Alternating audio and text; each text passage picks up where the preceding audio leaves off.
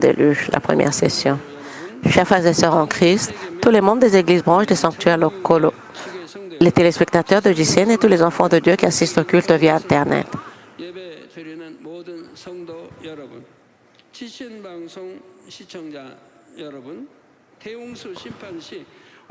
Lors du jugement du grand déluge, les eaux qui recouvraient toute la terre se retirèrent progressivement.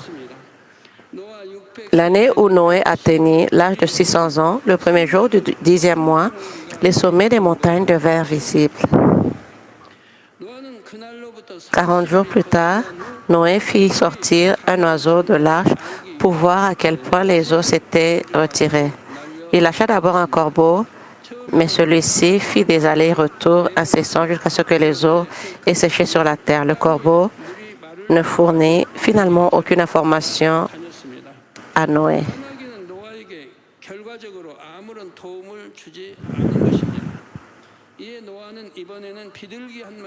Ensuite, Noé envoya une colombe, mais elle ne trouva aucun endroit où se poser et revint à l'arche. Comme les eaux ne s'étaient pas encore suffisamment retirées, la colombe revint. Noé tendit la main, saisit la colombe et la fit rentrer dans l'arche. Il comprit ainsi que les eaux ne s'étaient pas encore totalement retirées de la terre. 7 jours plus tard, Noé envoya de nouveau la colombe. Ce soir-là, elle revint avec une feuille d'olivier fraîchement cueillie dans son bec.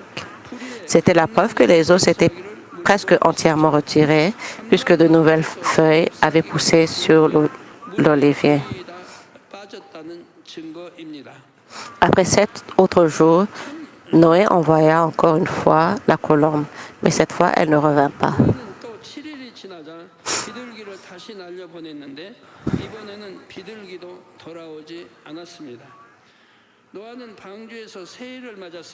Noé accueillit la nouvelle année à l'intérieur de l'arche. Le premier jour du premier mois de sa 601e année, il retira le toit de l'arche et vit que le sol était sec. Pourtant, il ne quitta pas l'arche, car Dieu ne lui avait pas encore parlé.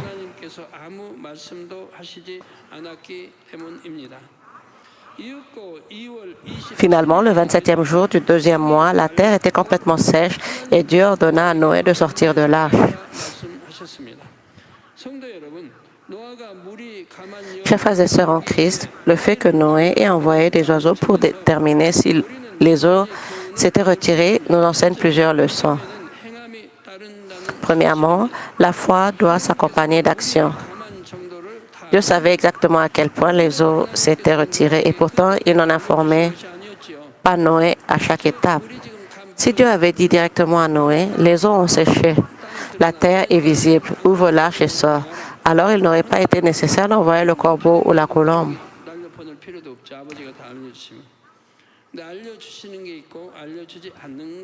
Mais il y avait des choses que Dieu révèle et d'autres qu'il ne révèle pas.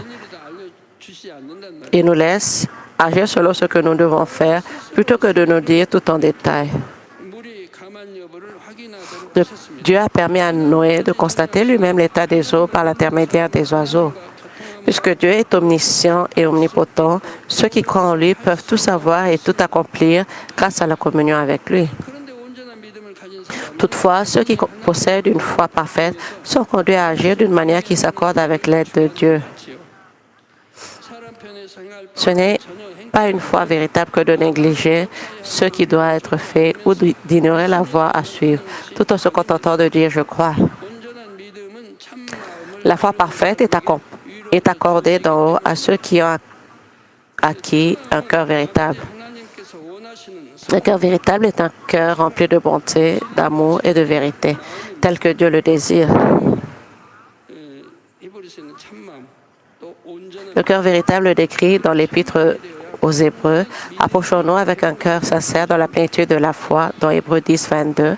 Une telle personne ne recherche pas imprudemment un gain personnel au mépris de la justice. Ceux qui possèdent un cœur bon et véritable savent ce qui doit être accompli selon la justice pour recevoir une réponse. Ainsi, ils agissent en conséquence et sèment ce qui doit être semé. Si Dieu cultive l'humanité, c'est pour obtenir des enfants ayant atteint un cœur véritable. D'innombrables personnes sont entrées au paradis ou dans le premier ou deuxième ciel depuis la création, même sans posséder un cœur véritable.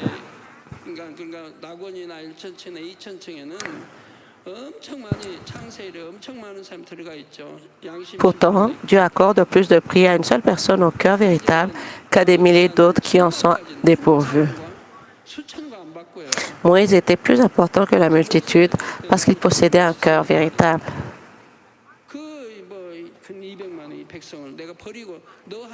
Tout comme le bon grain a de la valeur, alors que la paille, aussi abondante soit-elle, est destinée à être brûlée. Dieu nous cultive pour obtenir des enfants au cœur véritable et non simplement ceux qui sont destinés au paradis ou aux cieux inférieurs.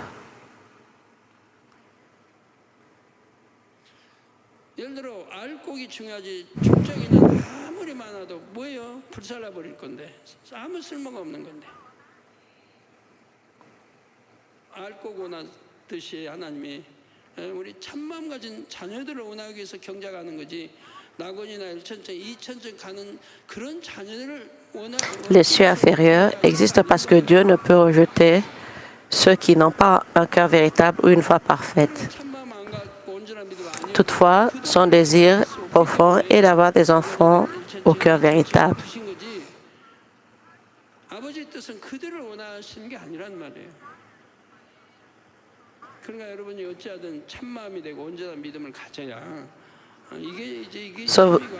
C'est pourquoi vous devez obtenir un cœur véritable et une foi parfaite pour pouvoir véritablement appeler Dieu Père et être reconnu comme ses fils et ses filles.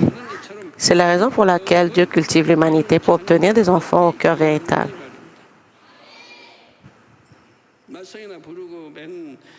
10 enfants difficiles ont peu de valeur comparé à un seul enfant obéissant qui comprend et honore la volonté de ses parents.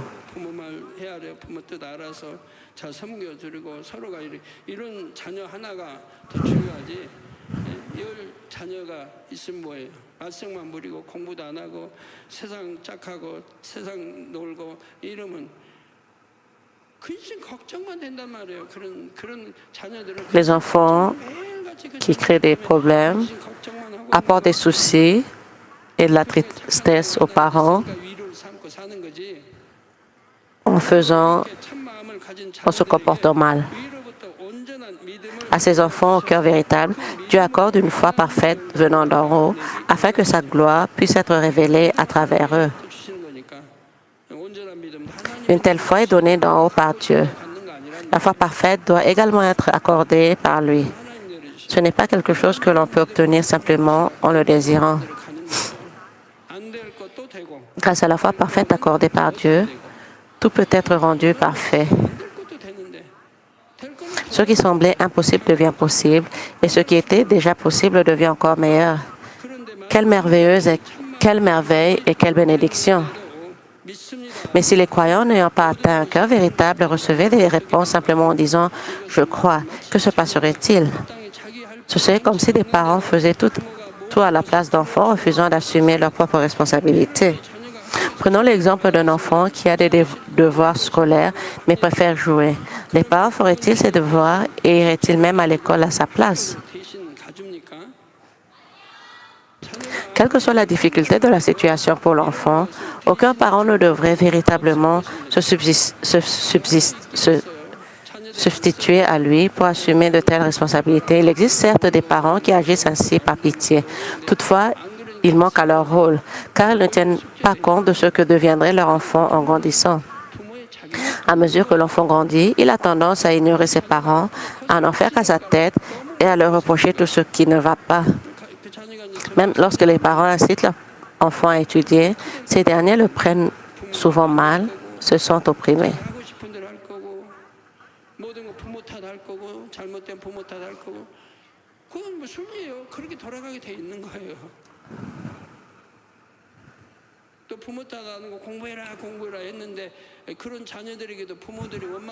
Lorsque l'orientation parentale est inappropriée, parents et enfants en souffrent tous deux.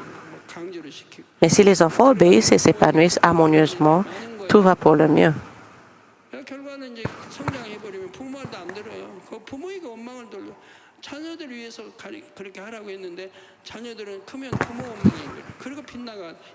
Par exemple, si les parents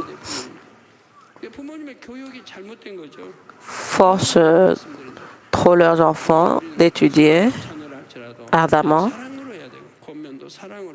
ils vont avoir du succès à entrer dans une bonne université. Mais après, ils vont avoir des ressentiments envers leurs parents. Mais si les enfants obéissent et grandissent bien, ils seront toujours sur le bon chemin. Les enfants doivent assumer leurs propres responsabilités en acquérant connaissances et compétences afin de devenir des membres compétents de la société. Bien entendu, les parents peuvent apporter leur aide en cours de route, en soutenant les enfants dans leurs devoirs, en les encourageant et en les fortifiant. Aider un enfant à faire ses devoirs est très différent de les faire entièrement à sa place. Soutenir un enfant dans ses études constitue, par exemple, à lui préparer une collation pour qu'il puisse rester concentré sur son travail ou faire des pauses adéquates pour se reposer.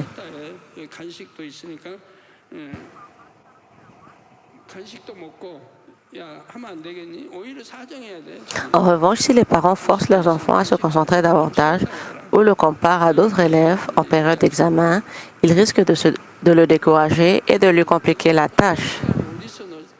De même, Dieu le Père donne de la force à ses enfants qui le cherchent lorsqu'ils affrontent des épreuves ou des difficultés.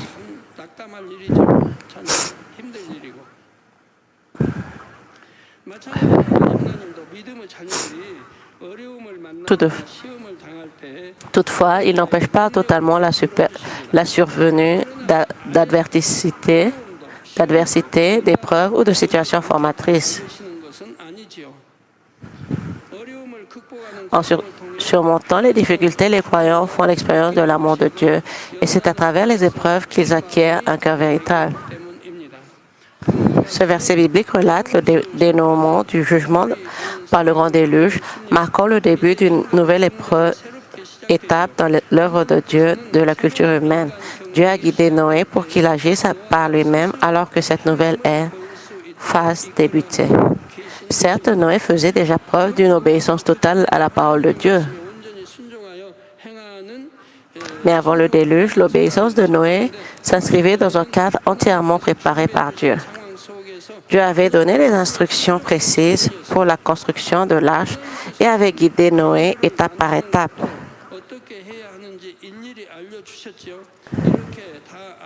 Même le rassemblement des animaux dans l'arche avait été orchestré par Dieu lui-même. Mais par la suite, Noé a été amené à agir en fonction de chaque situation, guidé pour accomplir la volonté de Dieu par ses propres actes. Ce même processus est nécessaire dans notre vie de foi, tout comme dans l'éducation des enfants. À mesure que la foi mûrit, Dieu permet aux croyants d'agir par eux-mêmes, guidés par son esprit.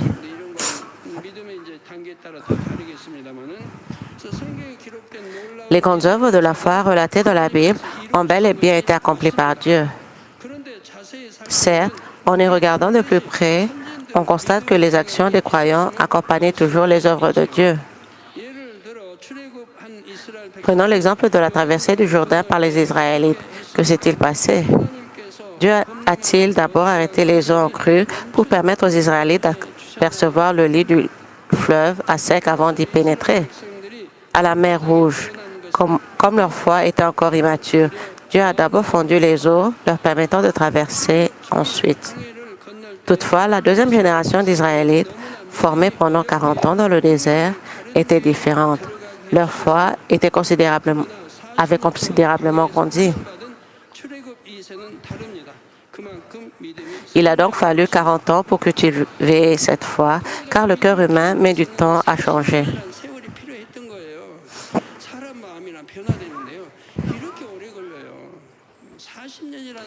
Après 40 ans d'épreuve, ils sont entrés au pays de Canaan avec une foi mûre.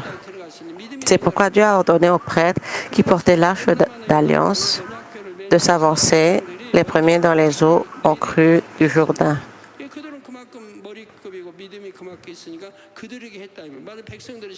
Comme ils étaient des leaders et possédaient une foi suffisante, Dieu leur a confié cette mission. Si l'on avait demandé au peuple d'agir sans qu'il fasse preuve de foi, que se serait-il passé? Cela n'aurait pas fonctionné. C'est pourquoi Dieu a ordonné aux leaders, ceux capables de manifester leur foi, d'agir en premier. Lors de la conquête de Jéricho, première porte d'entrée vers Canaan, Dieu n'a pas tout accompli lui-même. Il a indiqué aux Israélites la marche à suivre. Bien qu'il eût pu détruire Jéricho instantanément, Dieu a exigé qu'ils manifestent leur foi par des actes. Il leur a ordonné de faire le tour de la ville une fois par jour pendant 6 jours, puis 7 fois le 7e jour, avant de pousser des cris. Les Israélites ont obéi et Jéricho est tombé par la puissance de Dieu. Imaginez la tension que ressentaient les Israélites lors de ces marches quotidiennes. Les habitants de Jéricho, conscients de l'arrivée d'Israël, étaient parfaitement préparés. Une attaque soudaine aurait mis en péril aussi bien les enfants que les personnes âgées. Les Israélites avançaient donc dans la crainte d'une embuscade imprévue. Le dernier jour, alors qu'ils étaient déjà épuisés, ils ont reçu l'ordre de faire 7 fois le tour de la ville dès l'aube, une épreuve encore plus difficile. La foi exige également de traverser de telles épreuves avant que les réponses ne surviennent. Beaucoup de gens ne parviennent pas à les endurer jusqu'au bout. Dieu observe jusqu'à la toute fin pour voir si la foi se manifeste véritablement. Lorsque Dieu demanda à Abraham de sacrifier Isaac, il attendit le dernier moment, tout en ayant déjà préparé un bélier. À l'instant même où Abraham levait le couteau, Dieu l'arrêta. C'est cela la foi. Persévérer jusqu'au bout. Pourtant, beaucoup abandonnent en chemin, même dans la prière. Dieu recherche une foi qui persévère jusqu'à la fin. Au début de mon propre ministère, Dieu a mis ma foi à l'épreuve jusqu'au tout dernier moment. Il m'arrivait de devoir payer le loyer du sanctuaire avant minuit, alors que les fonds n'étaient pas encore arrivés. Je priais avec ferveur, mais rien ne venait avant l'échéance. Puis, presque miraculeusement, quelqu'un frappait à la porte de la salle de prière, disait avoir été conduit à apporter l'argent du loyer. Nous n'avons jamais manqué de payer à temps. Même lorsque la situation était difficile et que le troupeau était restreint, à chaque fois Dieu répondait avant la fin de la journée.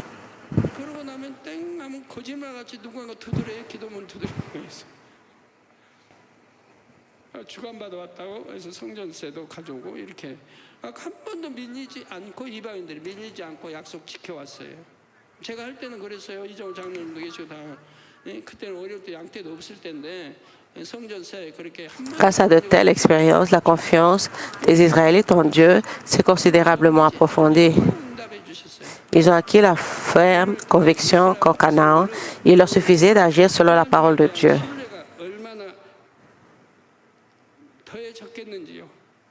이런 걸 통해서 아버지 신뢰가 점점 커진단 말이에요. 믿음도 커지고 신뢰도 커지고 이후에 들어갈 Malgré que leur foi avait grandi considérablement, même Jésus, lorsqu'il accomplissait des miracles, exigeait souvent des gens qu'ils manifestent au moins un acte de foi, aussi minime soit-il. Dans le chapitre 9 de l'Évangile de Jean, lorsque Jésus guérit l'homme aveugle de naissance, il fit de la boule appliquant sur les yeux de l'homme et lui dit « Va et lave-toi au réservoir de Siloé » dans Jean 9, 7. Était-ce parce que Jésus ne pouvait pas guérir par la seule parole ou parce que la piscine de Siloé possédait des vertus curatives particulières? Non, ce n'était pas le cas. C'était pour amener l'aveugle à manifester sa foi en obéissant à l'ordre de Jésus. Si l'on croit véritablement la parole du Seigneur, on obéit.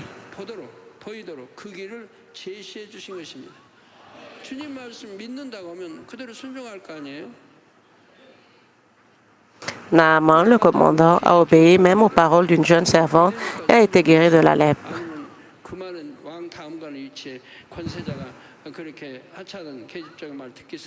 Comment Naaman Un homme dont le pouvoir n'était surpassé que par celui du roi a-t-il pu obéir aux paroles d'une humble servante? C'est parce qu'il a cru en cette parole et il y a obéi qu'il a été guéri de la lèpre. De même, si vous faites preuve d'une telle obéissance, de joie, de gratitude et d'une foi empreinte d'amour, il n'est personne qui ne puisse être guéri. C'est ainsi que l'on croit véritablement en Jésus comme Sauveur et que l'on reçoit la vie éternelle. Ainsi, lorsque les croyants agissent comme il convient devant Dieu ou obéissent sans s'appuyer sur leur propre raisonnement, leur foi est reconnue et ils font l'expérience de l'œuvre de Dieu. La traversée du Jourdain ou la marche autour de Jéricho ne peuvent s'accomplir en se fondant sur le raisonnement humain. L'obéissance fait défaut dès qu'une pensée charnelle intervient, car tout semble alors impossible. Pourquoi? Parce que cela ne peut être ni compris, ni expliqué par la théorie, ni saisi par le raisonnement.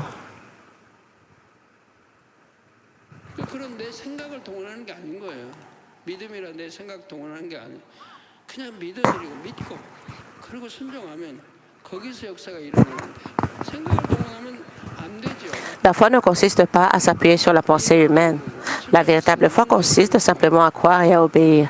Alors, l'œuvre de Dieu s'accomplit. Si vous vous fiez à votre propre raisonnement, vous ne pouvez ni comprendre ni obéir. C'est ainsi que l'on peut faire l'expérience de l'œuvre de Dieu. À travers de tels processus, la foi en Dieu grandit et mène au salut, qui est le but ultime de la foi. Il arrive que les croyants aient l'impression que les réponses ne viennent plus aussi vite qu'auparavant dans leur cheminement dans la foi. Parfois, cela est dû au mur de péché, mais si un tel mur n'existe pas, il se peut que Dieu mette à l'épreuve la profondeur de votre confiance en lui. C'est comme lorsque les parents portent des nourrissons incapables de marcher, mais qu'ils les laissent ensuite trébucher et pleurer pour qu'ils apprennent à marcher par eux-mêmes.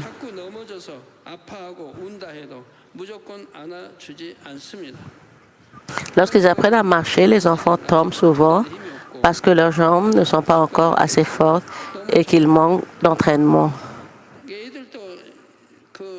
Certains font preuve de courage et se relèvent même après de multiples chutes, tandis que d'autres pleurent et cherchent de l'aide auprès de leur mère. Pourtant, il est inutile de pleurer pour être secouru.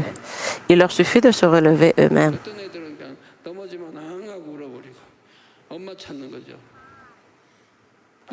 Ceux qui se relèvent seuls grandissent beaucoup plus vite.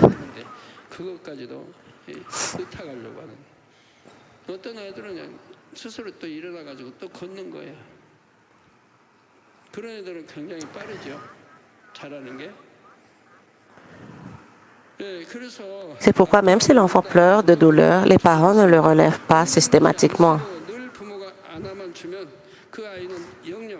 Si, par pitié, les parents le portaient en permanence, l'enfant n'apprendrait jamais à marcher de manière autonome. Certes, avec le temps, l'enfant finira par marcher, mais ses progrès seront plus lents. La croissance sera retardée et une mentalité de dépendance s'installera. Face à la moindre difficulté, l'enfant s'en prendra à ses parents ou à autrui, façonnant ainsi sa personnalité. De la même manière, notre Père céleste nous fait parfois grandir à travers de tels processus. Ainsi, lorsque vous vous sentez seul au milieu des épreuves, souvenez-vous de cet enseignement. Puissiez-vous comprendre la bonne volonté de Dieu et son amour profond pour nous. Et puissiez-vous trouver la force de vous relever sans vous laisser aller au découragement ni au désespoir. Chers frères et sœurs en Christ, l'épisode où Noé utilise des oiseaux pour vérifier si les eaux se sont retirées nous enseigne en second lieu qu'après le grand déluge, la communion avec Dieu est devenue plus difficile. Avant le déluge, Noé pouvait communiquer clairement avec Dieu et recevoir une grande compréhension. Mais une fois le déluge commencé, la situation a changé. Lorsque la lumière fondamentale s'est retirée de la terre, la puissance de la chair s'est accrue. Au premier jour de la création, lorsque Dieu a dit que la lumière soit, la lumière fondamentale enveloppait la terre. Mais après qu'Adam eut péché et fut chassé d'Éden, cette lumière commença à se retirer et toutes les créatures se mirent à révéler leur nature charnelle à mesure que la lumière diminuait. Malgré cela, la puissance de la lumière fondamentale suffisait encore à permettre la communication avec Dieu.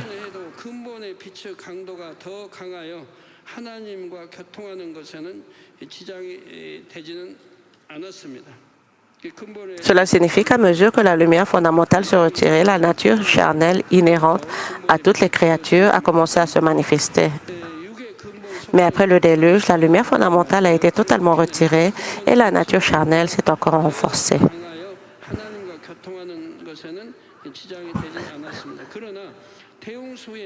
De même, lorsque vous perdez l'aspiration et la plénitude du Saint-Esprit, la grâce diminue, la foi s'affaiblit et les désirs du monde prennent le dessus. La convoitise de la chair, la convoitise des yeux et l'orgueil de la vie. Mais lorsque vous priez avec ferveur et recevez l'inspiration de l'Esprit, ces choses ne peuvent surgir.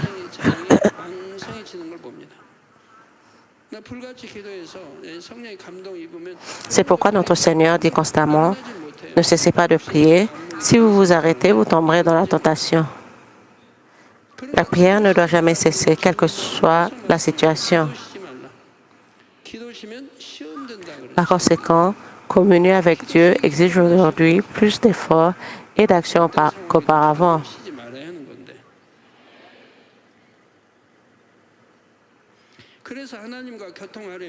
Autrefois, les gens étaient plus purs, moins enclins au mal et moins prisonniers des connaissances et des raisonnements du monde. Mais à mesure que le péché a augmenté, surtout après le déluge, la communion avec Dieu a nécessité davantage d'efforts et d'actions, la rendant de plus en plus difficile.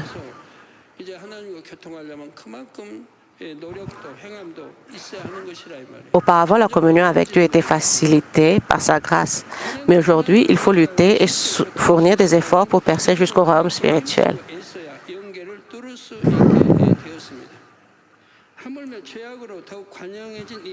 Et en ces derniers temps, où le péché abonde plus que jamais, il faut d'innombrables prières et jeûnes pour percer et communier avec Dieu. Heureusement, contrairement à l'époque de l'Ancien Testament, le Saint-Esprit habite désormais dans le cœur des enfants de Dieu. Demeurez donc toujours vigilants dans la prière par l'Esprit, en recevant sa voix et sa direction, afin d'être toujours conduit par sa lumière éclatante dans ce monde plongé dans les ténèbres spirituelles. Chers frères et sœurs en Christ, lorsque Noé a voulu savoir si les eaux s'étaient retirées, il a choisi d'envoyer un corbeau et une colombe. Au verset 7, il est écrit, « Il lâcha le corbeau qui sortit partant et revenant jusqu'à ce que les eaux eussent séché sur la terre. » Bien que le corbeau ait fait des allers-retours jusqu'à ce que les eaux se retirent, il n'a pas apporté à Noé la réponse qu'il attendait. L'oiseau qui a apporté la réponse espérée n'était pas le corbeau, mais la colombe. Pourquoi Noé a-t-il envoyé ces oiseaux? C'était pour recevoir l'heureuse nouvelle que les eaux avaient baissé et que la terre était suffisamment sèche pour y vivre. Le corbeau n'a pas apporté cette nouvelle, mais la colombe l'a fait. Grâce à la colombe, Noé a appris que ce qu'il devait savoir sur le monde extérieur à l'arche.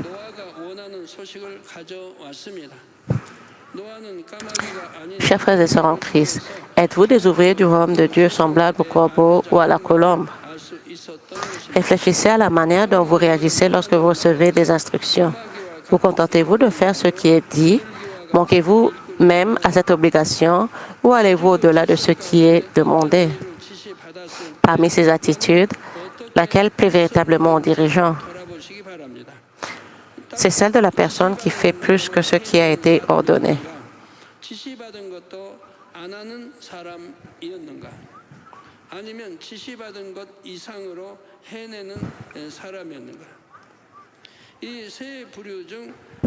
Pour être reconnu et réussir dans votre travail, vous devez aller au-delà du rôle qui vous a été assigné.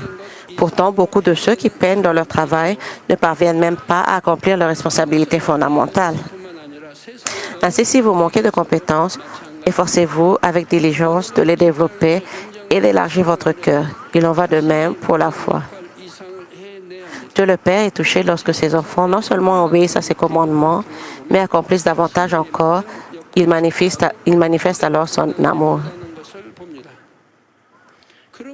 Le livre des Proverbes 25, 13 dit « Comme la fraîcheur de la neige au temps de la moisson, ainsi est un messager fidèle pour celui qui l'envoie. Il restaure l'âme de son maître. »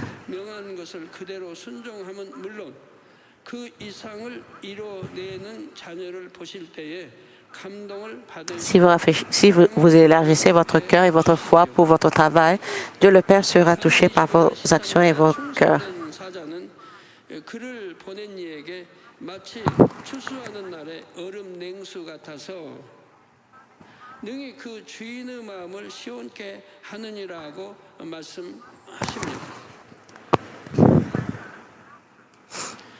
Si vous rafraîchissez le cœur de Dieu, il répondra à tout ce que vous demanderez. La différence entre le corbeau et la colombe réside aussi dans la différence de cœur et de champ de cœur.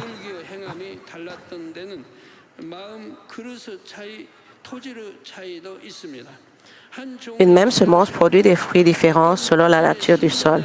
Certaines ne rendent que ce qui a été semé, ou moins encore, tandis que d'autres produisent au centuple, ou 60 ou 30 fois plus. Cela dépend de l'état du champ de votre cœur et même de sa capacité. Cultivez donc avec diligence le sol de votre cœur pour en faire une bonne terre.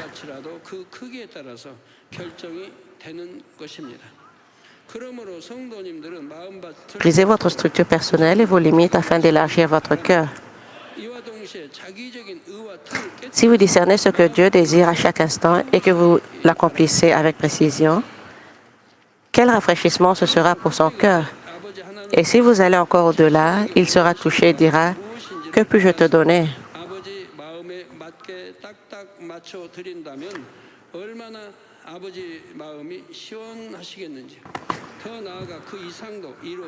Puissiez-vous tous devenir des messagers fidèles devant Dieu. Je vous bénis au nom du Seigneur.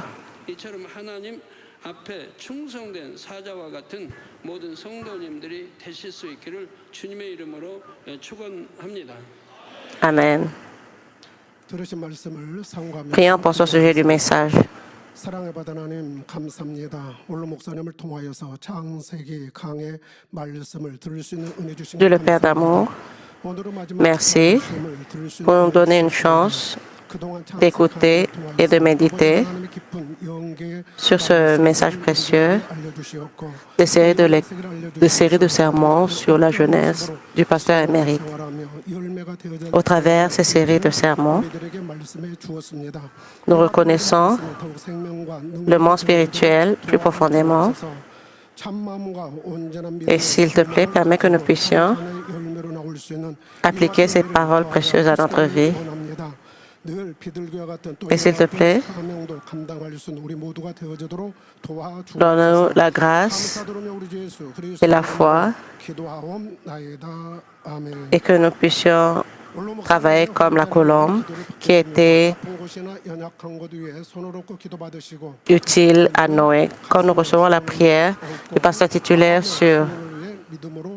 pour les malades, posez vos mains sur vos parties malades. Si vous n'êtes pas malade, recevez la prière par la foi.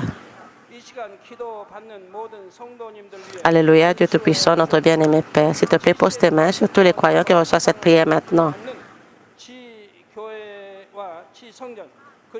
Montre tes œuvres qui transcendent le temps et l'espace à ceux qui reçoivent cette prière via GCN, Internet et la télévision par satellite dans les églises branches et les sanctuaires locaux, ainsi qu'à tous les autres enfants de Dieu dans le monde entier. Donne-leur la foi pour croire de tout leur cœur, chasse les pensées négatives et les doutes et chasse tous les tests des épreuves, de la tête aux pieds, tous les entrailles, articulations, nerfs, tissus et cellules, quelle que soit la partie malade, brûlez avec le feu du Saint-Esprit et la lumière originelle. Au nom de Jésus-Christ, je commande à l'ennemi, le diable et Satan, que toutes les maladies, germes et virus et infirmités disparaissent, que la lumière soit. S'il te plaît, brûle toutes leurs maladies terminales et incurables avec le feu du Saint-Esprit. Chasse toutes les maladies endémiques, dont la malaria, le paludisme. Toutes les maladies contagieuses, y compris le rhume, la grippe et la fièvre, disparaissaient. Protège-les de toutes sortes de germes et de virus. Guéris-les de toutes sortes de cancers, de l'estomac, du poumon, du foie, du sein, de l'utérus et de l'intestin. Le sida, la leucémie, l'apoplexie cérébrale, l'hypertension et l'hypotension artérielle, le diabète, les problèmes de thyroïde, les maladies cardiaques, pulmonaires et maladies de femme, ainsi que toutes les inflammations disparaissaient. Guéris-les de la polio, des accidents vasculaires cérébraux, de l'arthrite et des hernies discales. Maux de dos, maux de tête, névralgie et toutes sortes d'autres douleurs disparaissaient. Épilepsie, autisme, dépression, névrose et autres maladies mentales disparaissaient. Toutes sortes de paralysie, soyez déliés. Levez-vous, marchez et sautez. Que les yeux puissent bien voir, que les oreilles puissent bien entendre, que les aveugles voient, les sourds entendent et les mûrs parlent. Guéris-les des séquelles de toutes sortes d'accidents, restaure leurs os brisés, restaure-les des brûlures, permet que la chaleur et la sensation de brûlure disparaissent. Père, qu'il ne reste aucune cicatrice. Soyez purifiés de toutes sortes de dépendances à la drogue, d'empoisonnement et de toxicomanie. Permet que les nerfs, tissus et cellules morts soient régénérés. Redonne vie aux morts.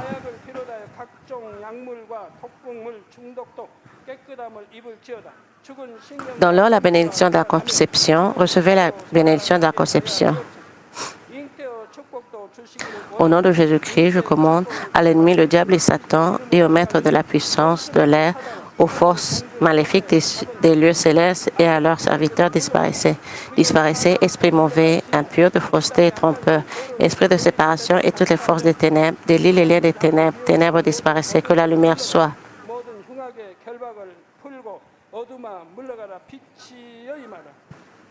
Dieu le Père, donne-leur la force de s'écrire dans la prière et la puissance de se débarrasser des péchés et de se sanctifier. Comme leurs âmes prospèrent, que tout aille bien pour eux et que leur famille soit évangélisée.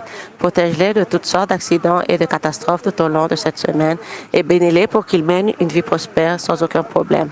Avec le feu ardent du Saint-Esprit, de l'armée céleste et des anges, et avec tes yeux ardents, protège tous tes enfants, leur famille, leur lieu de travail et leur commerce. Donne aux étudiants la sagesse et la compréhension et donne-leur l'enthousiasme et la ferveur pour étudier ardemment.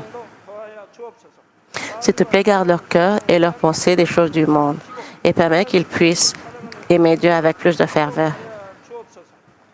Que tes enfants mangent, boivent ou quoi qu'ils fassent, permets qu'ils puissent le faire en vivant une vie qui te glorifie, Dieu le Père.